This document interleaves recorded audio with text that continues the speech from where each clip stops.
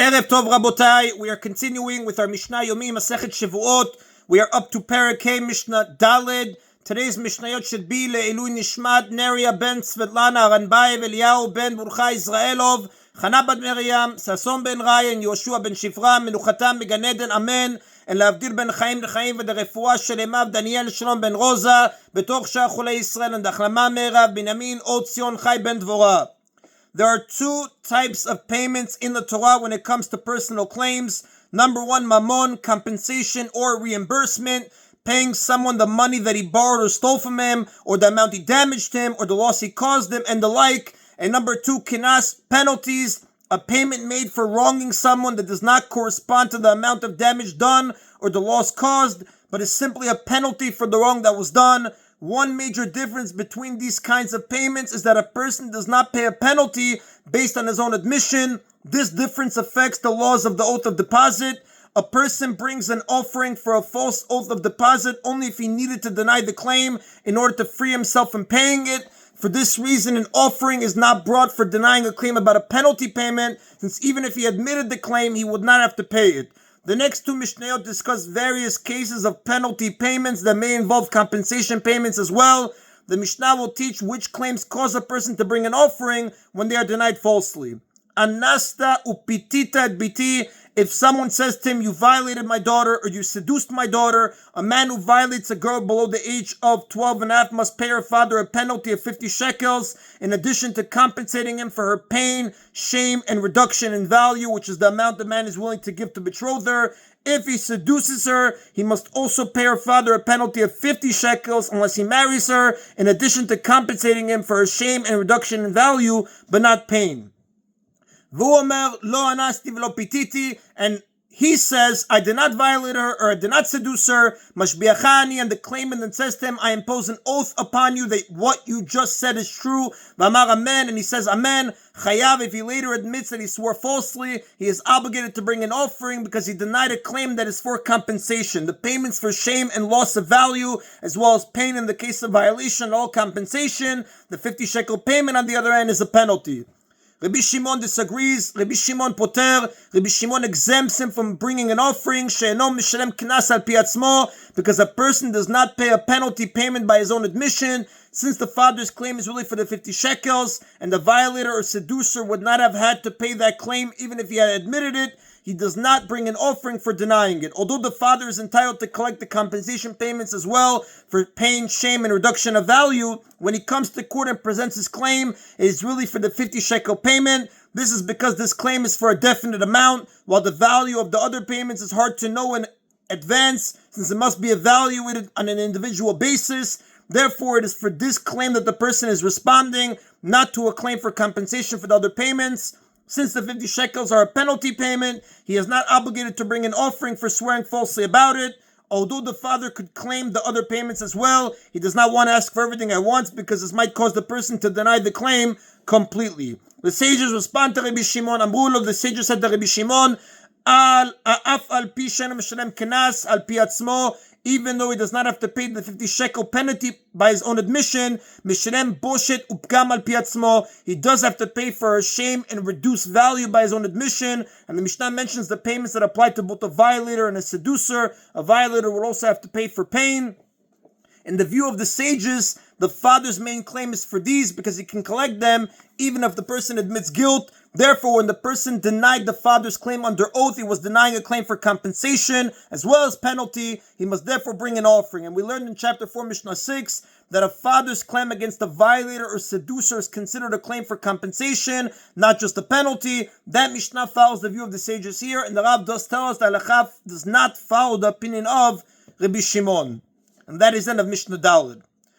Mishnah Hey gives further cases of claims that involve both compensation and penalty payments. Ganavta et shori, if someone says to him, you stole my ox. Now, a person who steals an object from someone else must return it or its value and also pay a penalty equal to the value of the object. The first payment is compensation and the second is a penalty.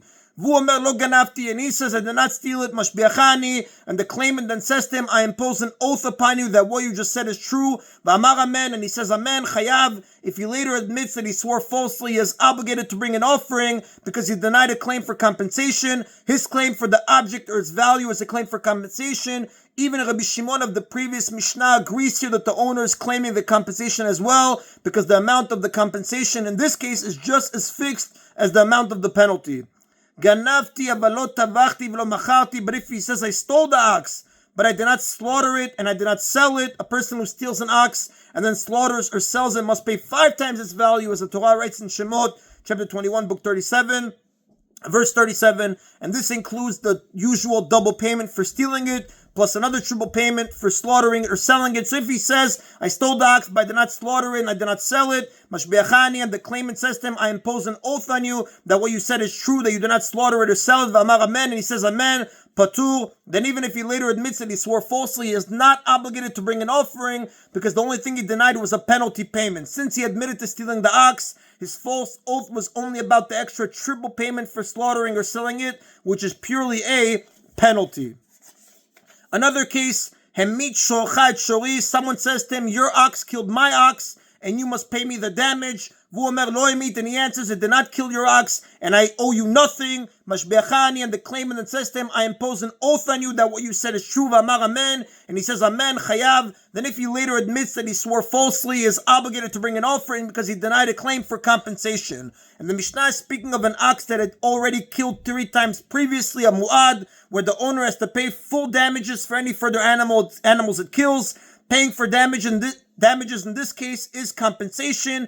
If it had not yet killed 3 times, the owner pays half the value of the ox it killed.